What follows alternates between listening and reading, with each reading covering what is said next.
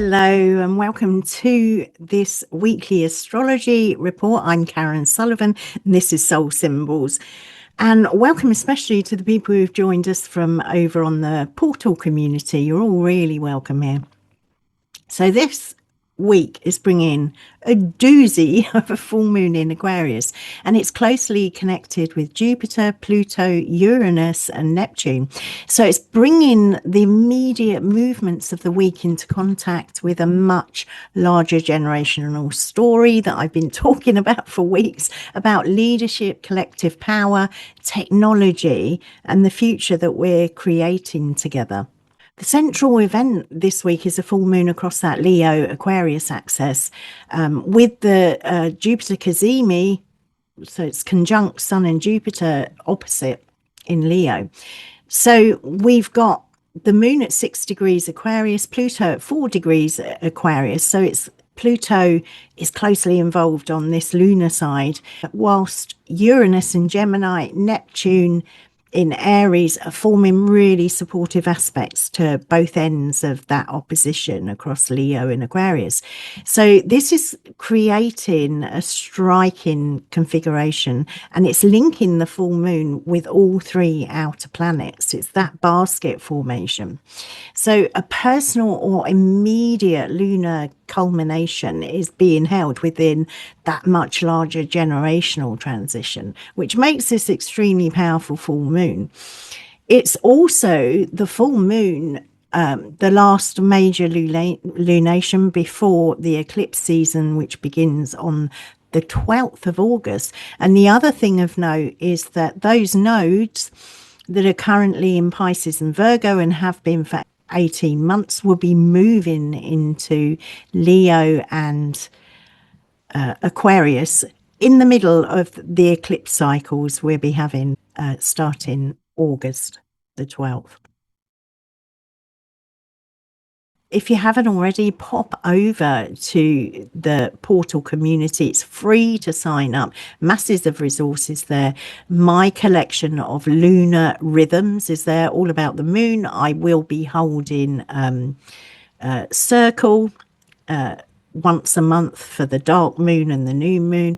I've got stuff going up. I'm creating more stuff for another collection. So there will be a lot going on, and there is masses of other stuff over there that you might want to go look at and participate in. It's a buzzing collective. Yeah, it's really buzzing. It's very transformative, I can assure you. It's done a lot for me. Okay, and if you want a reading in these difficult times, these transitional times, understand your chart and what the sky is saying about your natal chart and the upcoming year, pop over to www.soulsymbols.co.uk.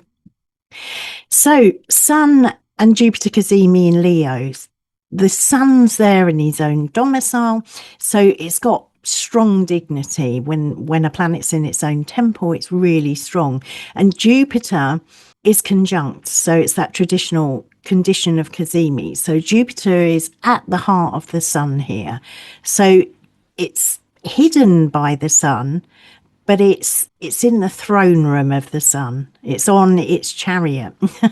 Jupiter's riding the Sun in a sense. So it's received into the solar center, and this condition makes it temporarily strengthened. And it's been combust the Sun under the beams of the Sun for quite some time now. So what does that mean for us? It means there's going to be an enlargement of solar themes. So things like leadership, visibility, confidence, creative authority, recognition, and desires to establish clear directions, that clarity that the Sun brings.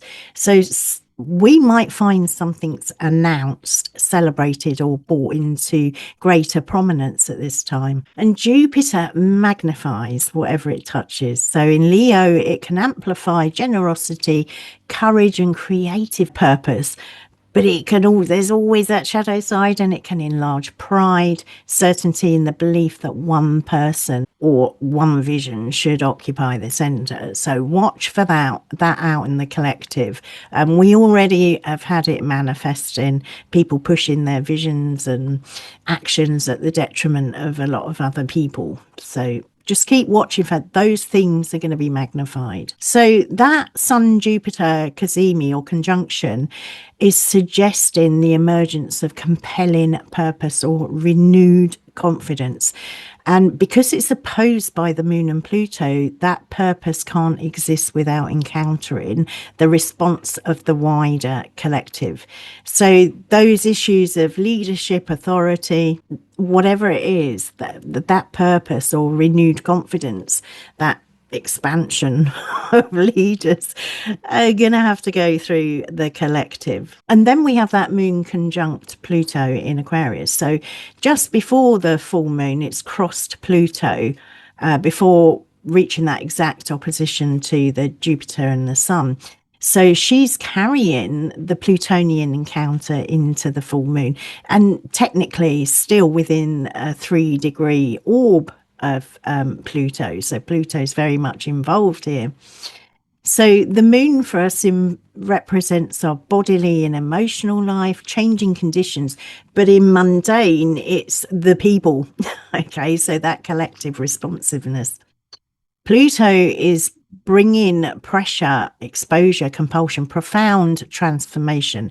And there's a lot of association with power and power dynamics here and wealth. So, but when Pluto's in Aquarius, it's going to concern groups, networks, social structures, technology, and ideas about the collective future. So feelings that have already been gathering beneath the surface will probably be really difficult to contain at this full moon.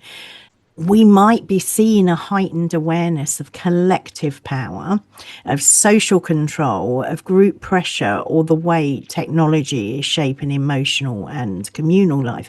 And again, we've got all those issues out there already, but there'll be an expansion and a fullness of those over this period of this full moon. We're not talking just an opposition between the individual Leo and the people of the group Aquarius. Pluto's suggesting that the collective itself is changing. So that will probably look like our old forms of belonging breaking down while new unfamiliar forms are emerging. And this is why I've been talking so much about descent. Go have a look at the Friday Muse podcast. I think the last 3 or 4 have been about descent. So the full moon illuminates the tension between the solar center in Leo and the evolving collective field in Aquarius. It's asking whether leadership and creative self-expression can remain responsive to the people, communities, and systems they affect. I don't think they do. Yeah, I don't think it does at the moment. We've got a lot of examples of where the people were totally ignored at the moment. So all this is going to come to its fullness before these eclipses. And then if we look at Jupiter opposed Pluto, this full moon is going to activate that developing Jupiter and Pluto opposition. So even though Jupiter has moved on, it's a separating conjunction. It's still in effect. It's again within 3-degree orb. So Jupiter expands beliefs, institutions, and visions of what society could become.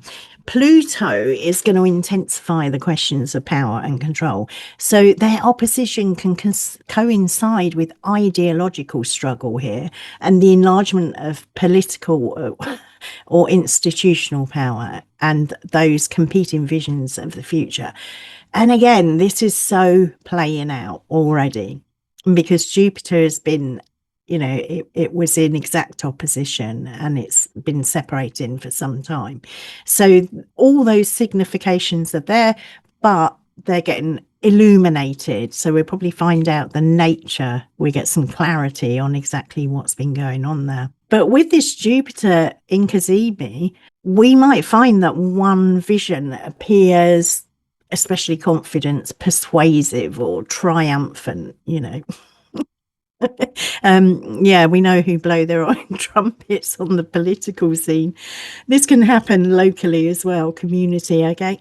And in our own lives. So we need to be aware of that. But Pluto in Aquarius is going to reveal the deeper forces moving beneath that presentation. So if you see that massively confident and triumphant and persuasive vision, you know, don't just take it on board, use your critical thinking faculties.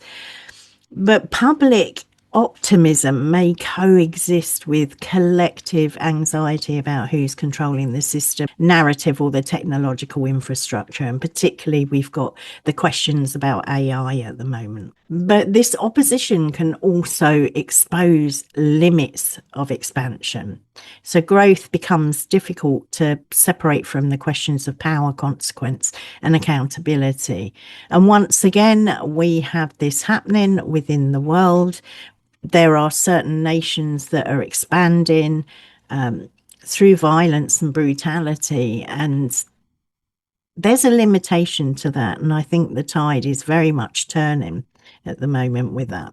But watch on those fronts. And I had to look at the Sabian symbols, and wow, they are just incredible for this full moon. So they're deepening the story. So we're looking at the 7th degree. That's what you do with the Sabian symbols. You look for the degree they're moving into. Okay. So for Leo, 7 degrees, the symbol is the constellations of stars shine brightly in the night sky. So the keynote we have for this symbol is the power of fundamental spiritual values connected with our common humanity and the enduring archetypal patterns that continue across generations.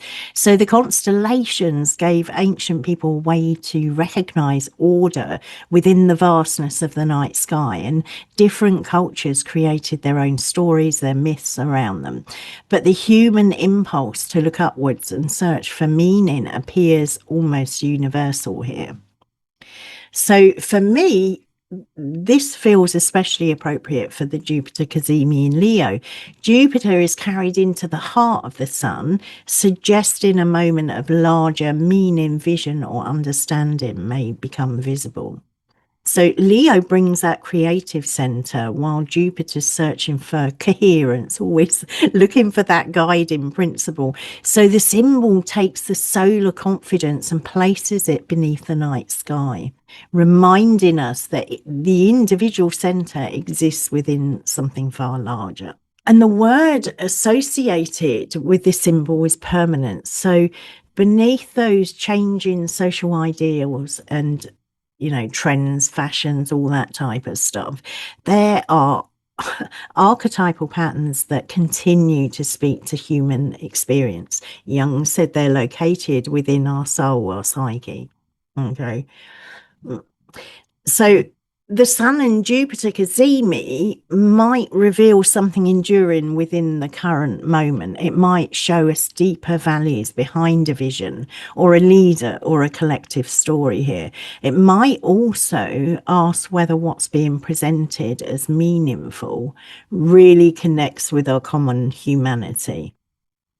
So fascinating symbol for the Jupiter cazimi. Then across the way in Aquarius, where Pluto and where the moon is particularly, the image is a child being born out of an egg. So that's an image that's been drawn on from that ancient symbol of the cosmic egg.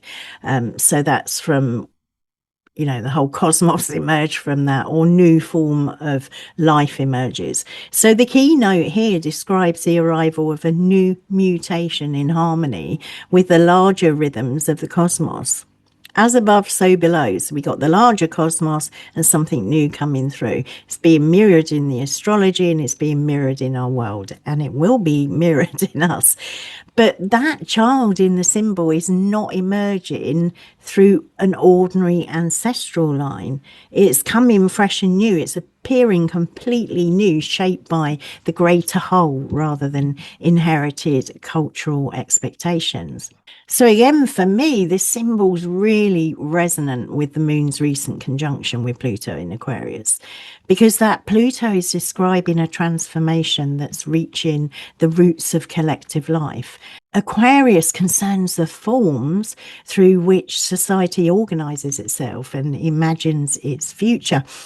So the child emerging from the egg suggests to me that something unfamiliar may be developing within this process. It might not fit the categories, traditions, or the structures that we've used to understand ourselves. So those two Sabian symbols are holding a really fascinating tension. We got Leo symbol that's speaking of the enduring patterns of the constellation, and Aquarius speaking of that new life emerging from a cosmic egg, something completely fresh and new. So one symbol looks towards what remains constant across generations, and in that context it's archetypes, those greater cosmic patterns, and the other is announcing the arrival of something that's got no exact precedent. So this becomes another expression of the full moon itself. The sun and Jupiter illuminate the enduring archetypes and values that help us all to find meaning and have always helped us to find meaning. And the moon and Pluto are revealing the birth of a collective future that might require new forms of identity and belonging. So for me, the question is, how can we remain connected to what is enduring while allowing something genuinely new to emerge? I think I said recently, I can't remember where, about not throwing the baby out with the bathwater. It seems particularly poignant here, because that future, we don't have to abandon the deeper patterns of human experience. Although during this period, it may express them in forms we've never encountered before. Okay. And for me, this becomes really poignant when we're looking at those outer planets, the cradle, the basket that we've been looking at for weeks, because the full moon is held within those aspects. Formed by the Pluto there in Aquarius, Neptune in Aries, and Uranus in Gemini, but also that Sun-Jupiter conjunction in Leo, which has activated it. So those outer planets are describing generational background. They're very slow moving. They take years and years to go through a sign. I think the quickest one is Uranus, which is about 7 years, but they're very slow moving, can take up to 20 odd years to pass through one zodiac sign. They inform generations. That's why I call them generational. So the lunation we're having now is making that background emotionally immediate and publicly visible for us. So Neptune trines the sun and Jupiter is sextiling the moon and Pluto. And that Neptune in Aries is speaking to emerging collective dreams.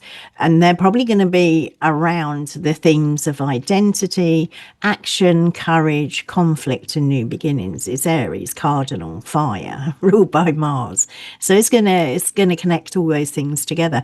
And the trine to Leo planets can give a really powerful imaginative or mythic quality to leaders, creative figures, and public visions. So a person or a movement can really appear at the moment to embody a larger dream. So we may have inspiration and renewed belief in possibility. This is a good thing. But we also need to understand that there can also be real projection. Things can be glamorized.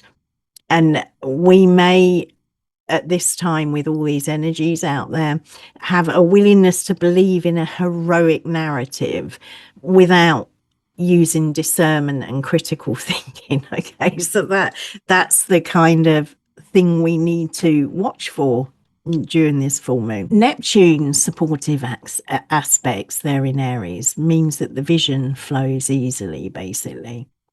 But that ease doesn't necessarily mean clarity. Neptune often brings fog and confusion. And the stories or the narratives or these big visions we might be hearing, that they can be deeply attractive precisely because it's speaking to that collective longing we have. And then we have Uranus sextiling the sun and Jupiter, this cazimi, while trining the moon and Pluto.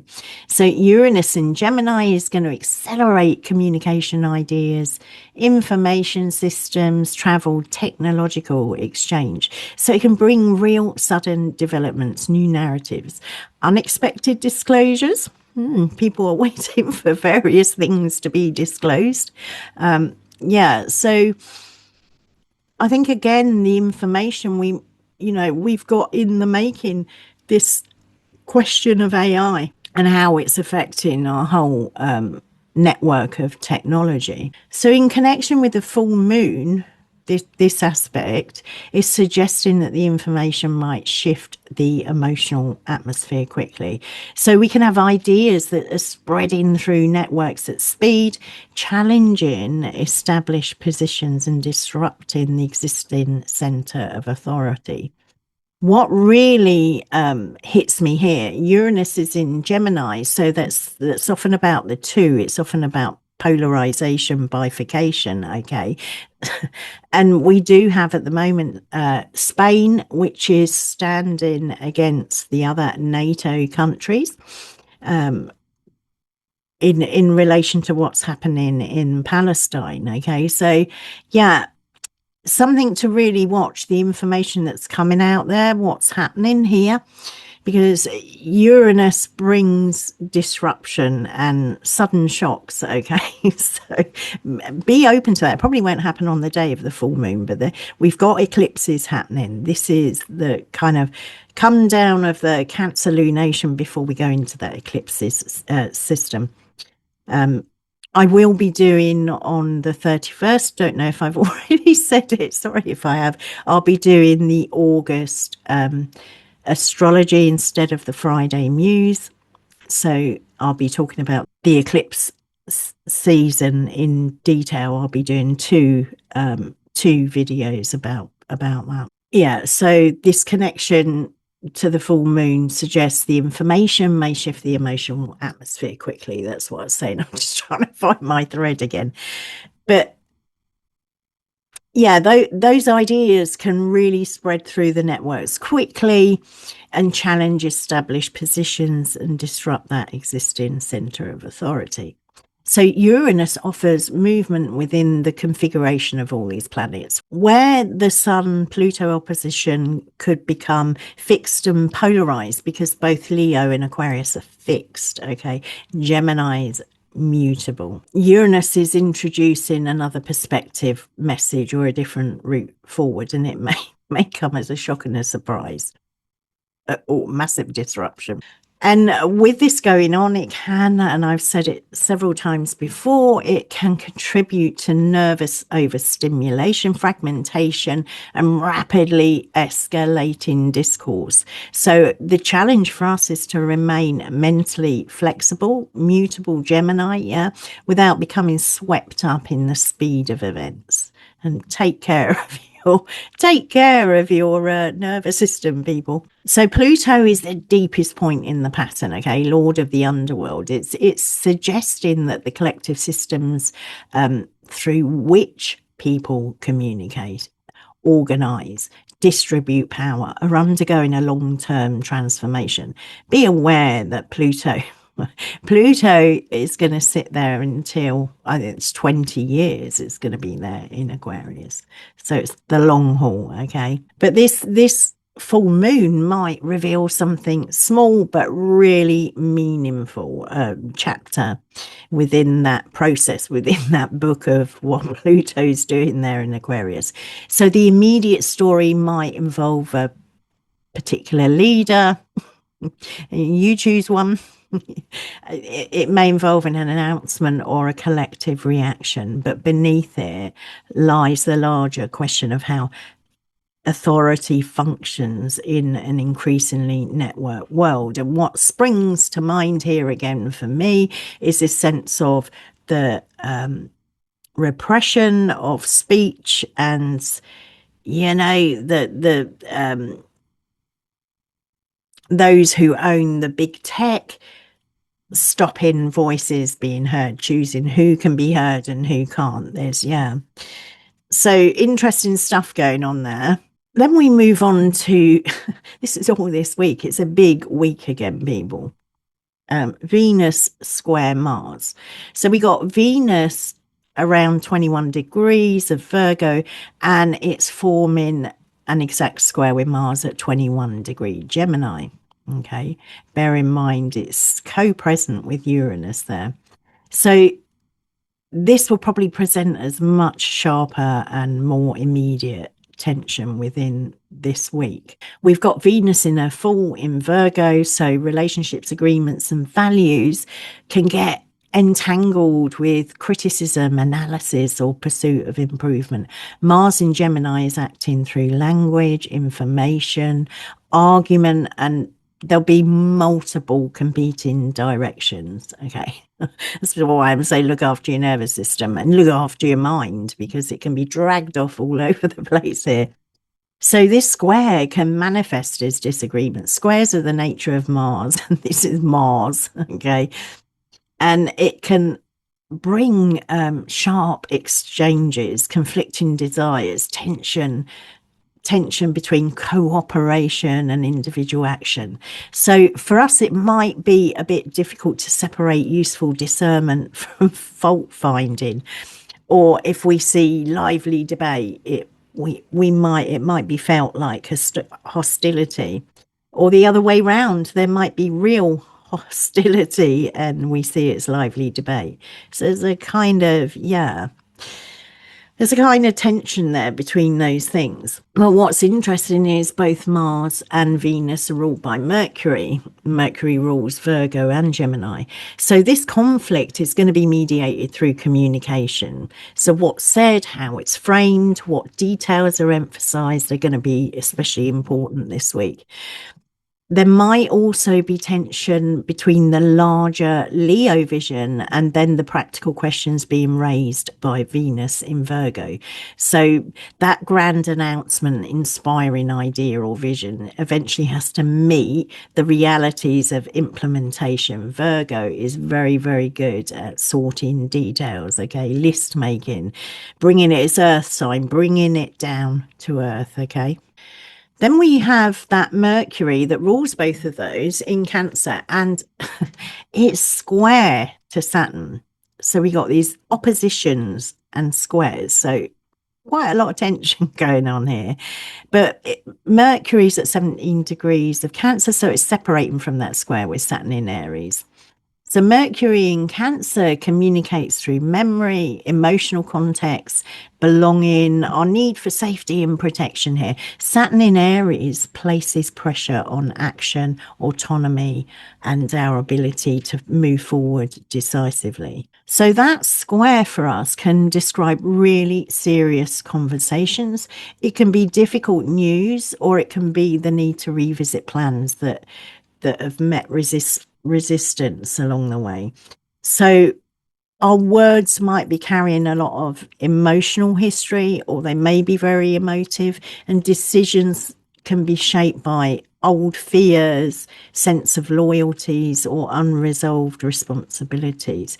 So we need to bring in that Virgo energy and really discern what's going on here. Saturn as well has gone into retrograde, so it can involve the return of an issue that's not been fully resolved. You know, Saturn likes to dig the foundations deep. So he's going back to help us to review. These can be challenging and difficult things, but ultimately Saturn seeks to bring wisdom and something really strong to build on. A decision that we've made earlier might require revision, or an argument about the future might be rooted in the past. So we need to kind of emotionally be connected to ourselves to see that. But also out there in the world, think of those things when there's disputes, okay? Mercury is ruling that Venus-Mars square. So thoughtful communication is really essential, but the chart is suggesting that dialogue is occurring within a tense atmosphere. There's no nice way of putting it, people. So we've got the sun. If we look at it from Hellenistic terms, the sun's the strongest traditional planet by essential dignity, because it's in its own temple, in the domicile of Leo. And Jupiter is benefiting from that cazimi condition, but it remains in a sign ruled by the sun. So Jupiter is serving the solar agenda. Then we have that moon in Saturn's domicile of Aquarius, and her condition depends upon Saturn, which is in retrograde and in full in Aries, so not strong. So it can suggest that the collective or emotional response might be powerful, but lacking a stable container. So look at the containers, particularly if you're involved in collective movements, activism, things like that. Saturn in Aries is ruled by that Mars in Gemini. So Mars is then ruled by Mercury in Cancer. So there's a long chain of dependence behind this Aquarius moon. Okay. We've got the moon to Saturn, Saturn to Mars, Mars to Mercury, and then Mercury back to the moon. It's kind of like a closed loop we've got going on here, but it means a lot of energetics. Okay. And that chain is returning to the moon because Mercury's in Cancer. That's the moon's domicile. So, yeah, that closed circuit can be one of emotional reaction, communication, action, and restraint. Okay. So, if you do feel like you're metaphorically circling this week, that's why. Okay. But in short, feelings are going to influence the narrative, and that narrative will provoke action. But when that action comes, it's going to meet limitation, and that can return the attention back to the collective emotional climate. So that's the moon. Okay. Starts with feelings influencing the narrative, ends with the collective emotional climate. But also, it can make the week feel self-reinforcing. So public mood and public language can feed one another really rapidly. So this week builds towards a moment of illumination and culmination. The Jupiter cazimi is offering us confidence, creative purpose, and possibility of larger vision. So something's becoming really visible at the center of things. The moon's conjunction with Pluto reveals the emotional and collective forces that vision needs to encounter. Okay, the people, the network, or the group can't be treated as a passive audience. The collective field itself is undergoing massive transformation. Then we have that Uranus and Neptune that open the opposition into a wider generational pattern. Whatever's happening this week is being held within that basket of outer planets. So new technologies, stories, visions of identity are already reshaping the landscape. To have a look at your own sense of identity.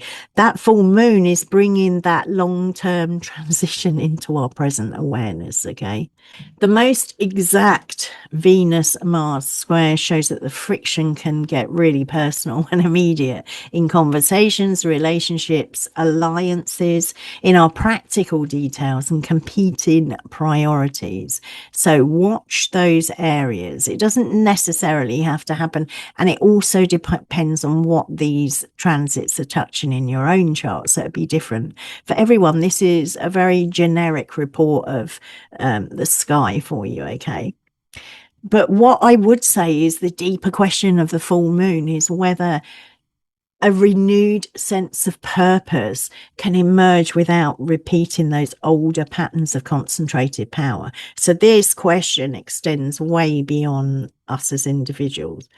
But Leo then is asking for a living creative center, whilst Aquarius asks us how that center is participating in a wider network of life. So we got a wonderful opportunity here for inner alchemical work, bringing those polarities together within us. And also what we've got here is a potential for leadership that inspires rather than dominates. Maybe that's that new child in an egg, a new form of leadership.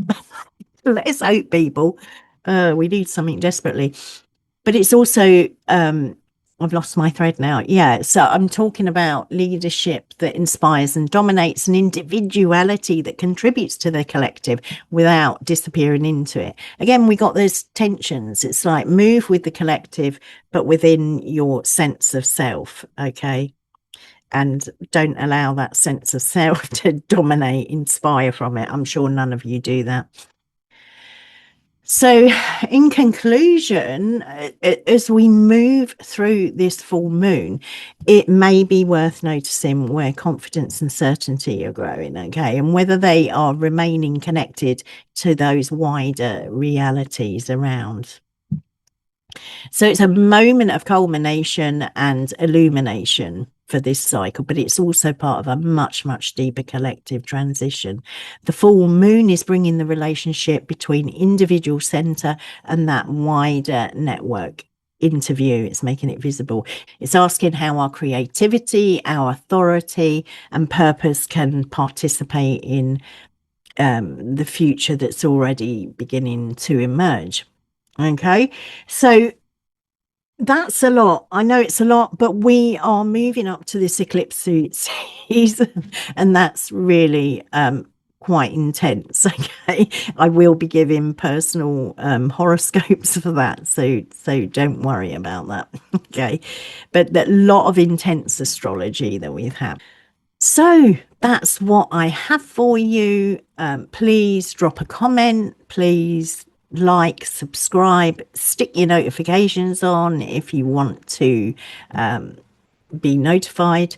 As I say, I've got a lot of astrology that I'm going to do around the eclipse in the coming weeks. Got a very interesting mundane astrology focusing on two leaders. Have a guess which leaders. Yeah. And I'll see you in the next one. Bye bye.